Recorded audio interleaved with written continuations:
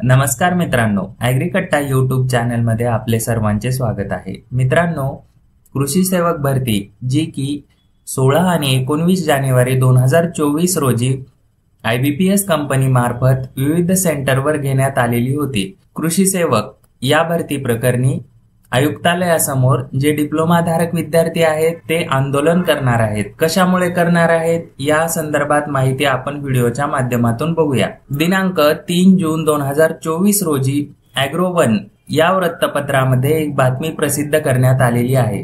यामध्ये आपण बघू शकता कृषी पदविका धारक विद्यार्थ्यांचा निवेदनाद्वारे इशारा केलेला आहे।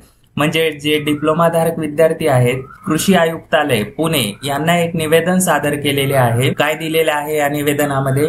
कृषी विभागामार्फत घेण्यात आलेल्या कृषी सेवक भरती प्रकरणी न्यायालयाचा निकाल येईपर्यंत कृषी भरतीतील सर्व विभागातील निवड प्रक्रियेला स्थगिती द्यावी अशी त्यांची मागणी आहे। अन्यथा आचारसंहिता संपताच कृषी आयुक्तालयासमोर आंदोलन करणार आहेत। वेळ प्रसंगी उपोषणही करण्याचा इशारा कृषी पदविका धारक विद्यार्थ्यांनी कृषी आयुक्तालयाकडे निवेदनाद्वारे सादर केलेले आहे। आयुक्तांना दिलेल्या निवेदनात म्हटले आहे की कृषी विभागामार्फत कृषी सेवक पदाच्या 2100 जागांसाठी भरती प्रक्रिया पार पडली। मूळ जाहिरातीप्रमाणे या पदासाठी अभ्यासक्रम हा कृषी पदविका दर्जाचा असताना परीक्षेमध्ये बहुतांश प्रश्न हे पदवी दर्जाचे विचारण्यात आलेले होते। हा त्यांचा मूळ मुद्दा आहे।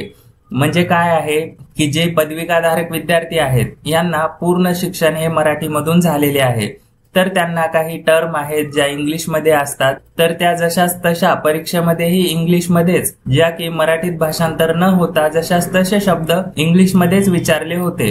त्यामुळे त्या विद्यार्थ्यांना थोडी अडचण आलेली आहे। इथे दिलेले आहे, इंग्रजी प्रश्नाचे मराठीत भाषांतर केल्यामुळे इंग्रजी शब्द जशाच तसे आले, त्यामुळे परीक्षा देत असताना विद्यार्थी गोंधळून गेले। परिणामी प्रत्येक विभागाचा फक्त 3 ते 4% कृषी पदविका उमेदवारांची नावे तात्पुरत्या निवड यादीत आलेली आहेत। यामुळे कृषी पदविका धारक विद्यार्थ्यांनी एक निवेदन दिलेले आहे कृषी आयुक्तालय पुणे यांना। तर मित्रांनो, यावरून आपल्याला ते परीक्षा जी आहे ती रद्द होणार की स्टे होणार याबद्दल काही अपडेट येते, तर त्यावर आपण व्हिडिओ मार्फत सांगणार आहोत। त्यामुळे ॲग्रीकट्टा यूट्यूब चॅनल सबस्क्राईब करून ठेवा।